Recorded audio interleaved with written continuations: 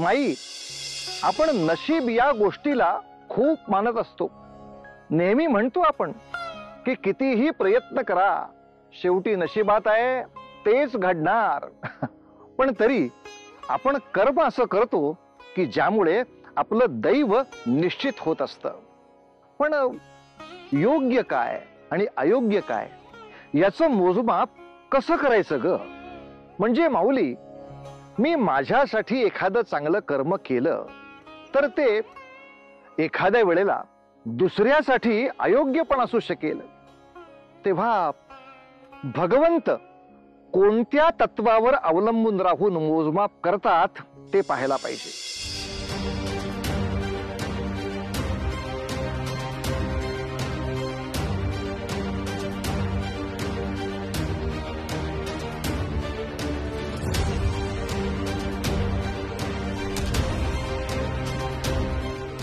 विश्वमती,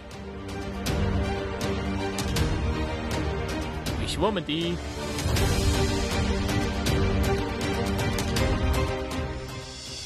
विश्वमत. संध्या, तू इथे काय करतेस? देवर्षी येऊन गेले. ते आम्ही छायाला संध्याला शस्त्रे बघायची होती म्हणून आम्ही येथे आलो होतो. शस्त्र?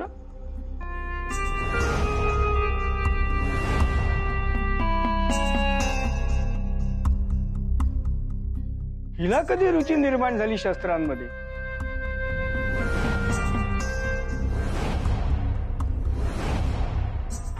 असो, सूर्यदेव कधीही येतील, त्यांच्या आगमनाची व्यवस्था करायला घ्या.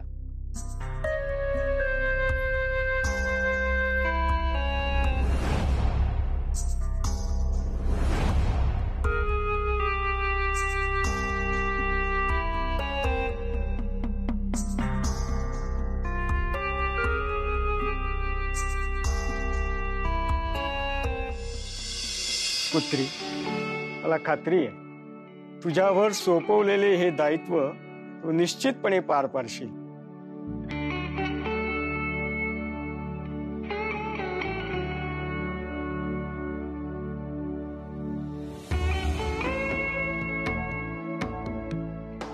संध्या, हा काय चमत्कार आहे? तुझ्या पिताश्रींनी देखील हिला ओळखले नाही. होय, मला वाटले संपले आता सारे काही, परंतु श्री महादेवांची कृपा झाली.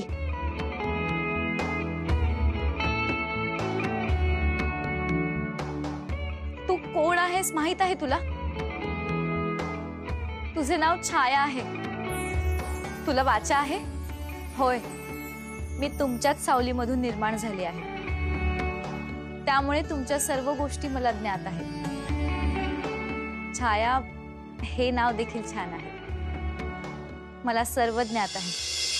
जोपर्यंत तुमची तपश्चर्या पूर्ण होत नाही तोपर्यंत मी संध्या बनून तुमच्या मुलांचा सांभाळ करेन.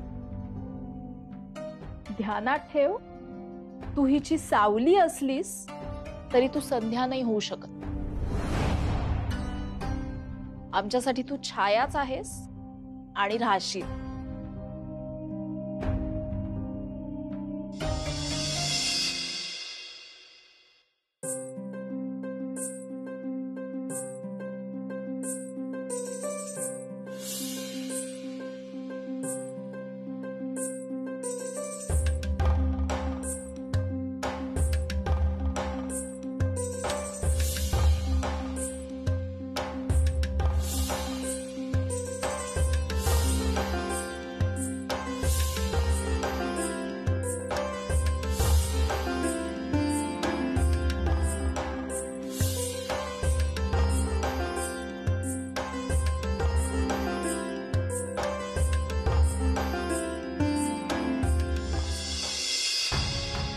या या सूर्यदेव.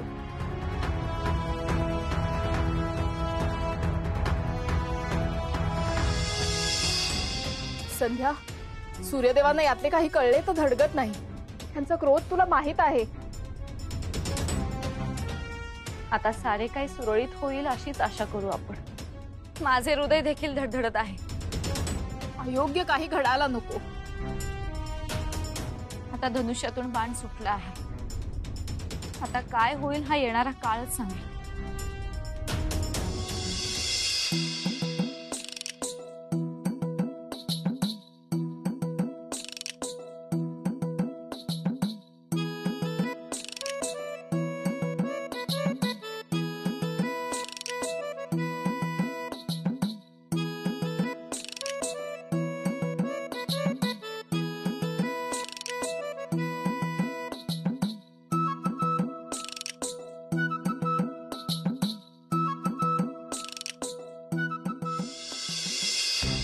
संध्या, मला वाटतं हा निर्णय अजूनही योग्य आहे ना?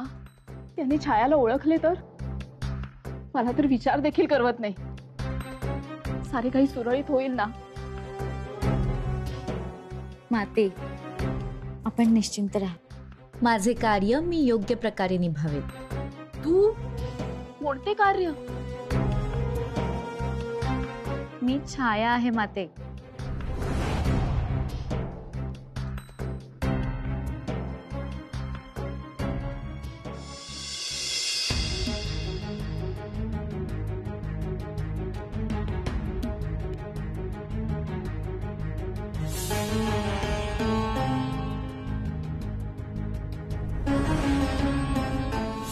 नाही नाही नाही, हे काय केले मी? सूर्यदेवाच्या दृष्टीतून हे सुटणार नाही. मला हे करायला नको होते. मी ह्या क्षणी जाऊन सगळे सत्य त्यांना सांगते. हवं तर त्यांच्या चरणी लोटांगण घेते, पण माझ्या या अपराधाविषयी क्षमा मागते.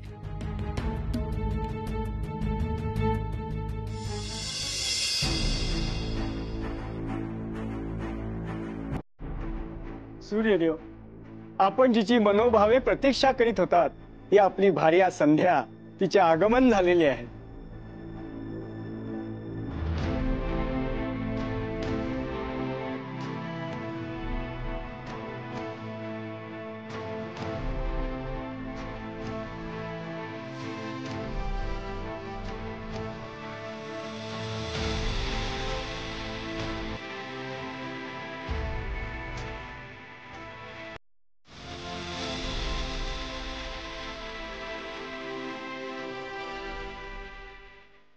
स्वामी,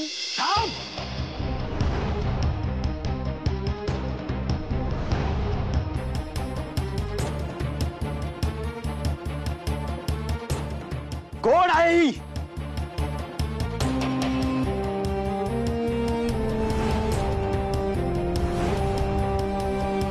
मी जिला इथे सोडून गेलो होतो ती ही संध्या नाही.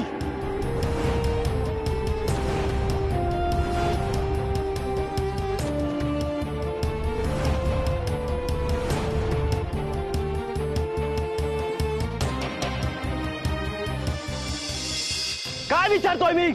कोण आहे ही?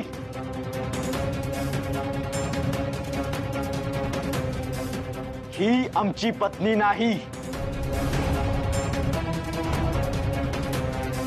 माझ्या हातून झालेली चूक, मी निर्माण केलेली माझी प्रतिकृती ही मी नाही. हे सूर्यदेव यांच्या दृष्टीतून सुटलेले नाही. हा क्षम्य अपराध घडला आहे. मी जिला इथे सोडून गेलो होतो ती ही संध्या नाही. काय रहस्य आहे हे केवळ आपणच सांगू शकता. अहो, काय चमत्कार आहे हा? कुठली औषधी वापरलीत तुम्ही की आमची पत्नी अगदी पूर्ववत झाली? तिच्या हातावरच्या जखमा अगदी नाहीशा झाल्या आहेत. आमचा तर विश्वासच बसत नाही.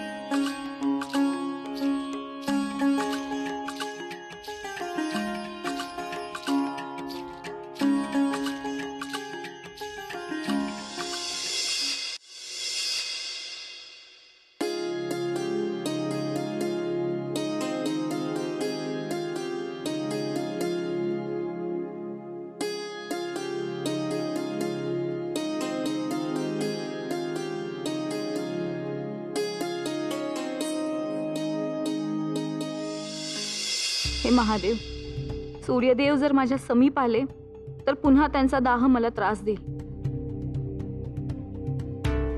माझी प्रतिकृती छाया हे सहन करू शकते, पण मी नाही हा दाह अजून सहन करू शकत.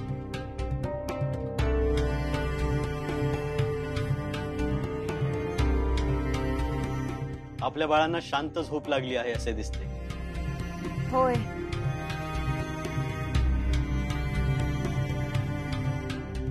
मगाशी आम्ही आलो, तुझ्या समीप उभे होतो. तुला आमचा दाह नाही जाणवला. आश्चर्य आहे, आम्हाला कुतूहल आहे याचे. आता काय उत्तर देऊ या प्रश्नाचे? ते स्वामी, मी एक व्रत करते आहे, त्याचाच हा परिणाम आहे. आताही ते चालू आहे.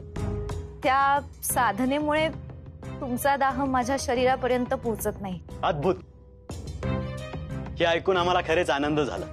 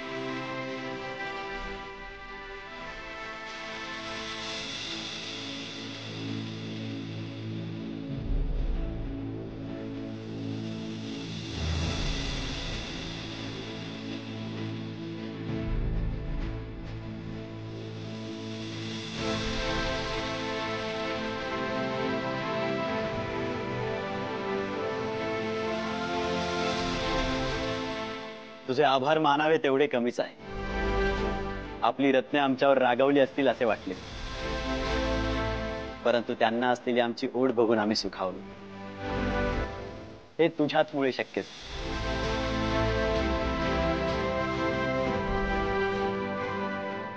आपण उद्याच जाऊ आपल्या नगरीमध्ये, सूर्यलोकी. तेथे सर्वजण आपली प्रतीक्षा करत आहेत.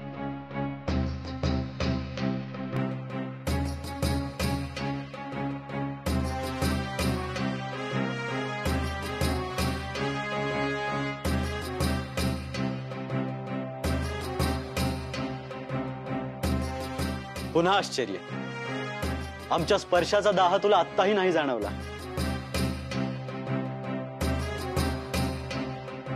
तू आत्ताही अशांत नव्हतीस. कसे?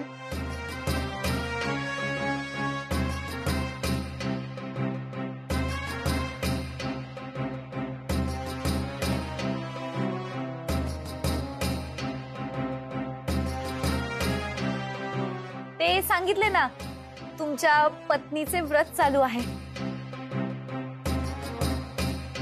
म्हणजे माझेच व्रत चालू आहे. उत्तम. तुमचे हे व्रत लवकरच यशस्वी संपन्न हो. येतो.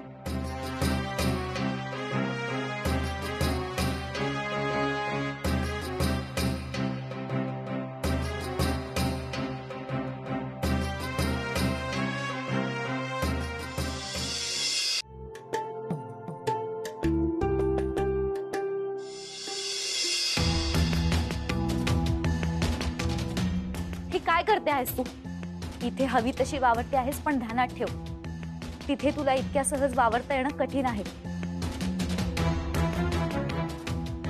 जरी तू माझी प्रतिमा असलीस तरी तुला काही गोष्टी सांगते. सूर्यलोकात तुला असं वावरता येणं कठीण आहे. माझ्या दासीची दृष्टी अतिशय तीक्ष्ण आहे. पापणीचा जागेवरून निसटलेला केस देखील ती हेरते. आपण निश्चिंत राहा, तुमच्या सर्व सूचनांचे मी पालन करेन.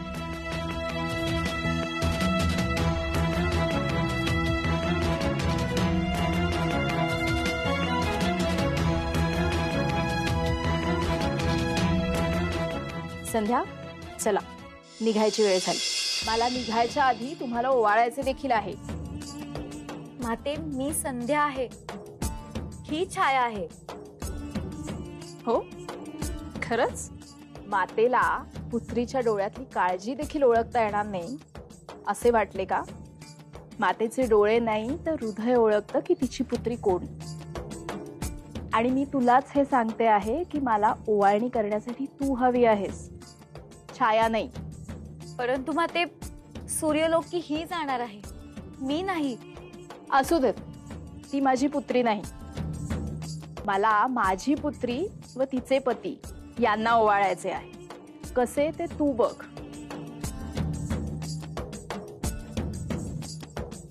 आणि छाया, आम्हास ज्ञात आहे की तू तिकडे एक दायित्व म्हणून जात आहेस, पण तिकडे गेल्यानंतर माझ्या पुत्रीची जागा घेण्याचा विचार देखील केलास तर? माते,